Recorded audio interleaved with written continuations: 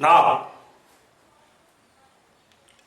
we are going to solve a given problem in the chapter Admission of a New Partner. I have already informed you there is a balance sheet and some additional information.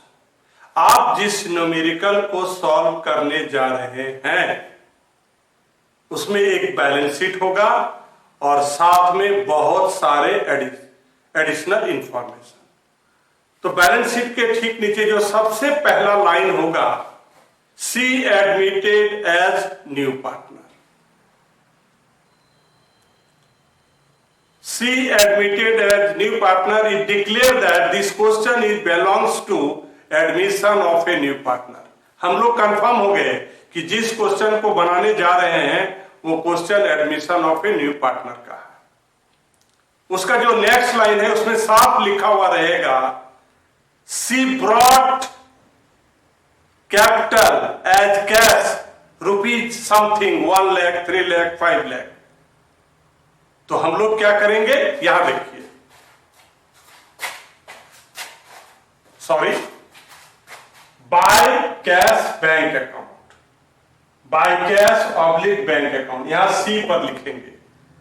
पहला additional information, C brought as capital rupees 1 lakh.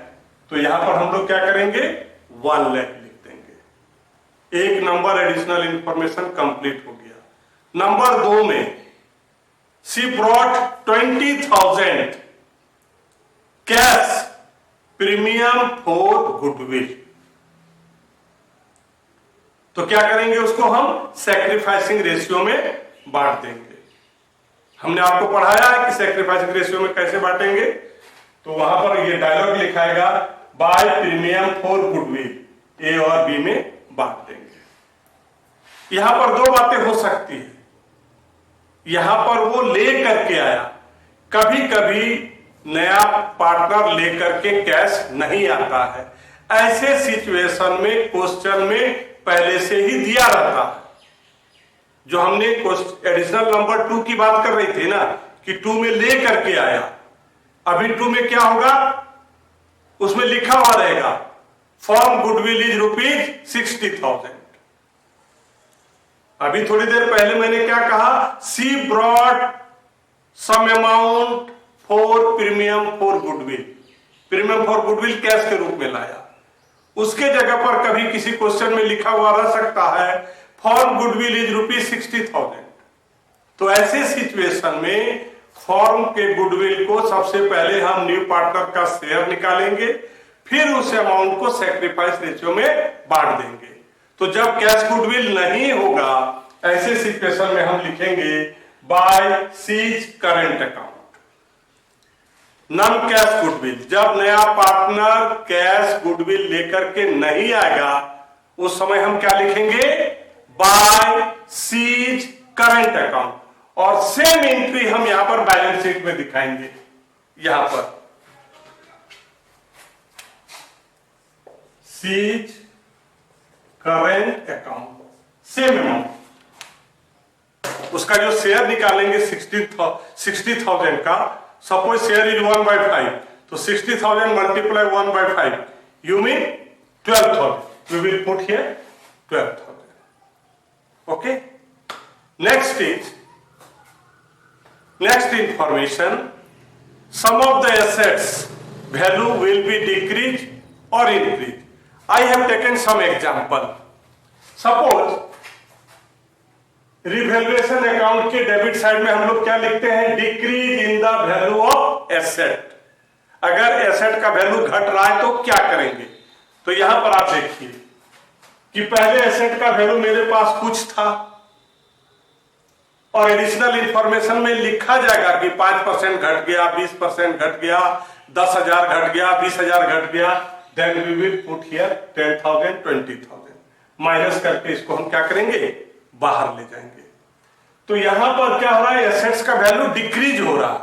तो जब assets का value decrease होगा तो हम revaluation के debit side में लिखेंगे यहां पर प्लांट एंड मशीनरी, और जो अमाउंट रिड्यूस किया, डिक्रीज किया, उसी को हम लोग यहां पर पुट करेंगे। ठीक उसी तरह से कभी कभी एसेट्स का वैल्यू क्या होगा, इंक्रीज होगा। तो पहले हम एसेट्स का ओरिजिनल वैल्यू लिखेंगे और जितना इंक्रीज होगा उसको प्लस करके हम लोग बाहर कर देंगे, और जो चेंज आया जितना इंक्रीज हो गया उसको हम लोग यहां पर लिखेंगे। ठीक उसी तरह से लायबिलिटीज के वैल्यू में भी चेंजेज आ सकता है।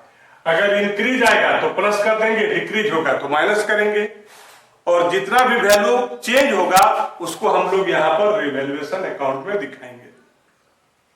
एडिशनल इंफॉर्मेशन में कुछ ऐसे एसेट्स और लायबिलिटीज होंगे जिसकी चर्चा ओल्ड बैलेंस शीट में नहीं है, तो उसको डायरेक्ट अगर एसेट है तो एसेट साइड में लिख देंगे, रिवैल्यूएशन के क्रेडिट साइड में, और अगर वो लायबिलिटीज है तो रिवैल्यूएशन के डेबिट साइड में लिख देंगे।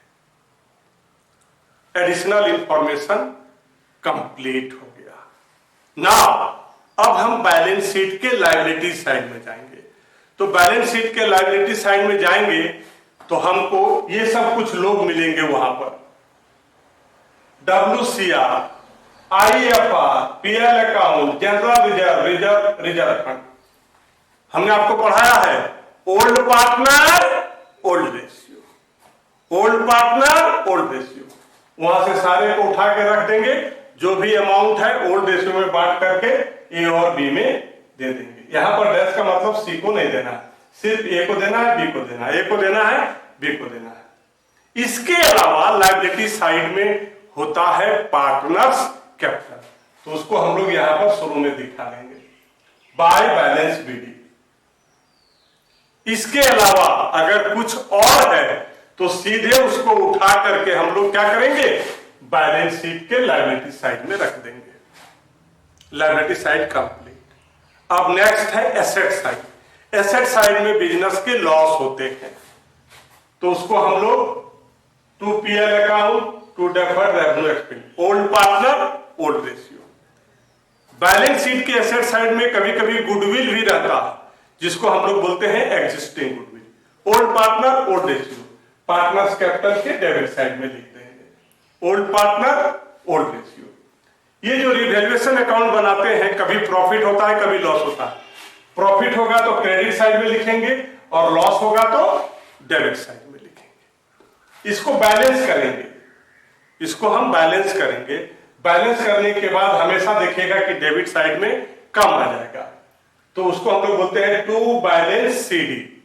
ये बैलेंस, यहां जो बैलेंस आया यही हमारे पार्टनर ए बी सी का नए बैलेंस शीट में कैपिटल लिखते हैं हम लोग।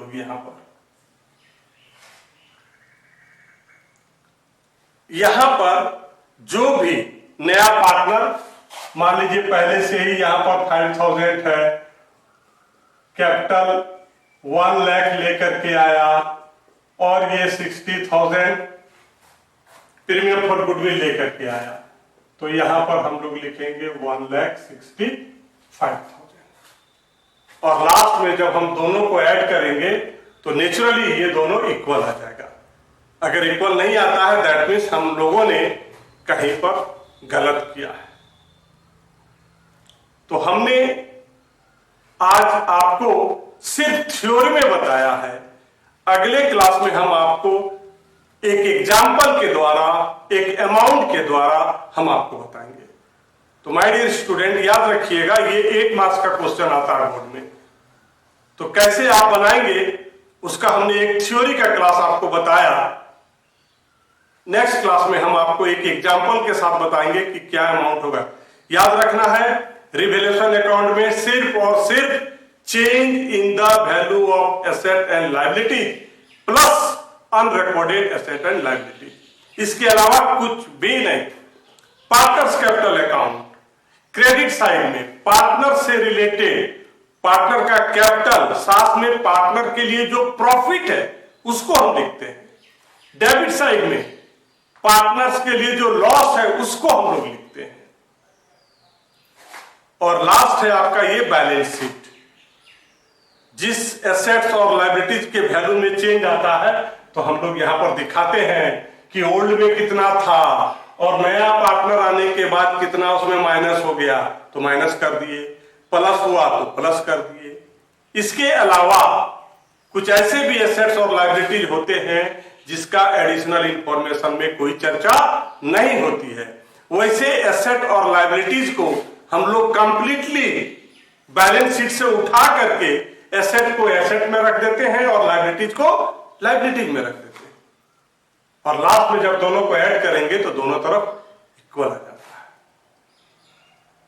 माय डियर स्टूडेंट्स, आज आप पढ़ रहे थे कि कैसे 8 मार्क्स को हम अचीव करेंगे, उसका एक थ्योरी क्लास था। आगे हम एक एक एग्जाम्पल देख करके बताएंगे कि कैसे इसको आसान से आसान बना सकते हैं। लेकिन जब तक आपका नेक्स्ट वीडियो नहीं आता है तब तक आप ये फॉर्मेट घर में बार बार ड्रॉ करते रहिए। आंसर शीट के लेफ्ट साइड में, राइट साइड में। लेफ्ट में revaluation account, partners capital account. Answer sheet के राइट साइड में बैलेंस शीट और वर्किंग नोट के लिए सम स्पेस। Thank you.